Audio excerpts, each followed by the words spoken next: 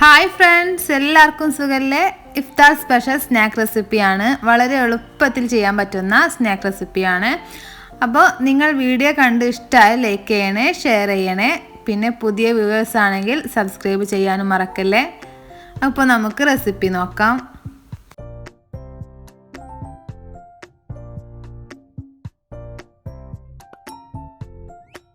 അതിനായി ഒരു ബൗളിലേക്ക് 1.5 കപ്പ് മൈദ ഇട്ട് കൊടുക്കുകയാണ്.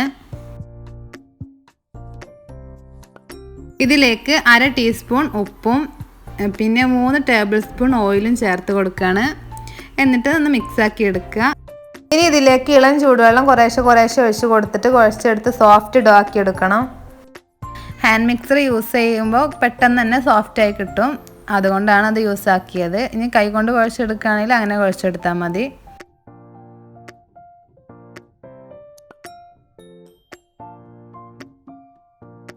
ഇപ്പോൾ നല്ലോണം സോഫ്റ്റായി കിട്ടിയിട്ടുണ്ട് കേട്ടോ.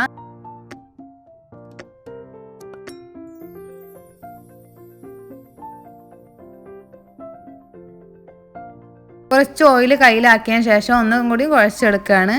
എന്നിട്ട് ഡോയുടെ മുകളിൽ കുറച്ച് ഓയിലാക്കി കൊടുത്തിട്ട് ഒരു 15 മിനിറ്റ് റെസ്റ്റ് ചെയ്യാൻ വെക്കുകയാണ്.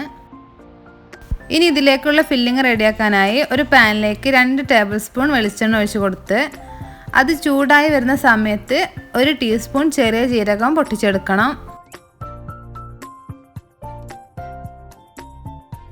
ഇനി ഇതിലേക്ക് ഒരു മീഡിയം സൈസിലുള്ള സവാള ചെറുതായി അരിഞ്ഞത് കൂടി ചേർത്ത് നന്നായിട്ട് വഴറ്റിയെടുക്കുക. 1 മിനിറ്റ് വഴറ്റിയെടുക്കണം.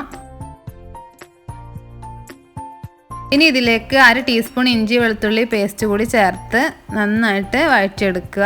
ഇഞ്ചി വെളുത്തുള്ളി പേസ്റ്റിൻ്റെ പച്ചമണമൊക്കെ മാറി വന്ന സമയത്ത് ഇതിലേക്ക് 1/2 ടീസ്പൂൺ ഉപ്പ്, 1 ടീസ്പൂൺ മുളക് പൊടി, 1 ടീസ്പൂൺ മല്ലിപ്പൊടിയും ചേർത്ത് നന്നായിട്ട് മിക്സാക്കി എടുക്കുക. ലോ ഫ്ലെയിമിൽ വെച്ചിട്ട് 1 മിനിറ്റ് ഒന്ന് വഴറ്റിയെടുക്കുക. അതിൻ്റെ ആ ഒരു പച്ച സ്മെല്ലൊക്കെ മാറുന്നത് വരെ ഒന്ന് വഴറ്റിയെടുക്കണം.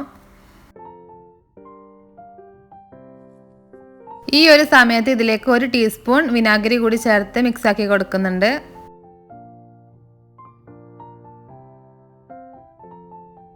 ഇനി ഇതിലേക്ക് 1 കപ്പ് വേവിച്ച് ഉടച്ച് വെച്ചത് ഉരുളക്കിഴങ്ങ് കൂടി ചേർത്ത് കൊടുത്ത് നല്ലോണം മിക്സാക്കി എടുക്കണം. മഞ്ഞൾപ്പൊടിയും കുറച്ച് ഉപ്പും ഇട്ടിട്ട് വേവിച്ചെടുത്തിട്ട് ഉടച്ച് വെച്ചതാണ്. ഇപ്പോൾ നല്ലോണം മിക്സാക്കി എടുത്തിട്ടുണ്ട്. ഇനി ഇത് ഫ്ലെയിം ഓഫാക്കിയിട്ട് ചൂടാറി വരട്ടെ. ഇനി 2 പുഴുങ്ങിയ മുട്ട എടുത്തിട്ടുണ്ട്. ഇത് ഇതേപോലെ ഒന്ന് കനം കുറച്ച് സ്ലൈസ് ചെയ്തെടുക്കുകയാണ്.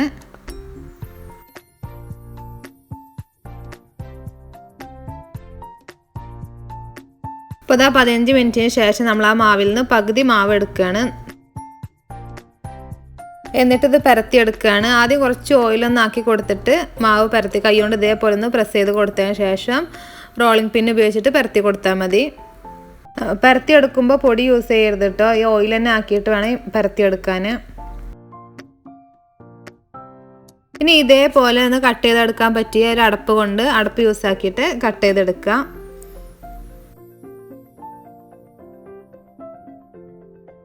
ഇനി കയ്യിൽ കുറച്ച് ഓയിൽ തടവി കൊടുത്തിട്ട് നേരത്തെ തയ്യാറാക്കി വെച്ചിട്ടുള്ള പൊട്ടാറ്റോൻ്റെ ഫില്ലിങ് ഇതേപോലെ ചെറിയ ചെറിയ റൗണ്ട് ഷേപ്പിലാക്കി എടുത്തിട്ട് നമ്മൾ മാവിൻ്റെ മുകളിൽ വെച്ച് കൊടുക്കുകയാണ്.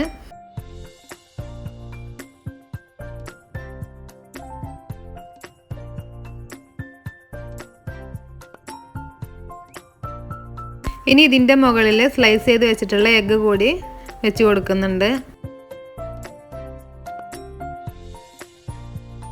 ഇപ്പോൾ ഇതാ ഫില്ലിംഗ് ഒക്കെ വെക്കൽ കഴിഞ്ഞിട്ട് ബാക്കി കട്ട് ചെയ്ത് വെച്ചിട്ടുള്ള മാവ് എടുത്തിട്ട് ഇതിൻ്റെ മുകളിലേക്ക് വെച്ച് കൊടുക്കുകയാണ്.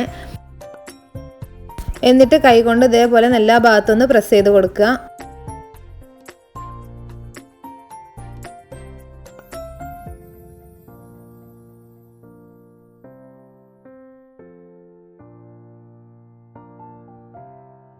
ഇനി ഒരു കത്തി കൊണ്ട് ഇതേപോലെ ഇങ്ങനെ ചെറിയ ചെറിയ വരകൾ ഇട്ട് കൊടുക്കുകയാണ്.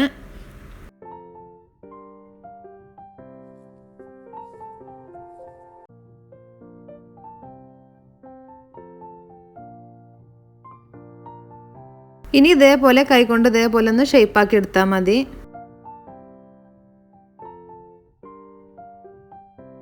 അങ്ങനെ എല്ലാം അതുപോലെ തന്നെ ചെയ്തെടുത്തിട്ടുണ്ട്. ഇതുപോലെ ബാക്കി വരുന്ന മാവ് ഇതേപോലെ വീണ്ടും പരത്തിയിട്ട് കട്ട് ചെയ്തെടുത്ത് ഇതേപോലെ ചെയ്തെടുക്കുകയാണ്.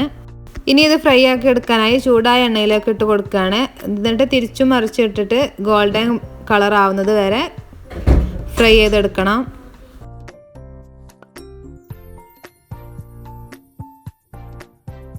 ഇപ്പോൾ ഇതാ 2 വശവും ഗോൾഡൻ കളറായി കിട്ടിയിട്ടുണ്ട്. ഇനി ഇത് എണ്ണയിൽ നിന്ന് കോരി എടുക്കുകയാണ്. എന്നിട്ട് ബാക്കിയുള്ളത് ഇതേപോലെ തന്നെ ഫ്രൈ ആക്കി എടുക്കുക. അപ്പോൾ ഇതാ നമ്മൾ അടിപൊളി സ്നാക്ക് റെഡി ആയിട്ടുണ്ട്. ഇഫ്താറിനൊക്കെ സെർവ് ചെയ്യാൻ പറ്റിയ അടിപൊളി ഒരു ഐറ്റമാണ്. അപ്പോൾ നിങ്ങളെല്ലാവരും ഇത് ട്രൈ ആക്കി നോക്കി ഫീഡ്ബാക്കൊക്കെ കമൻറ്റ് ചെയ്യാൻ മറക്കല്ലേ.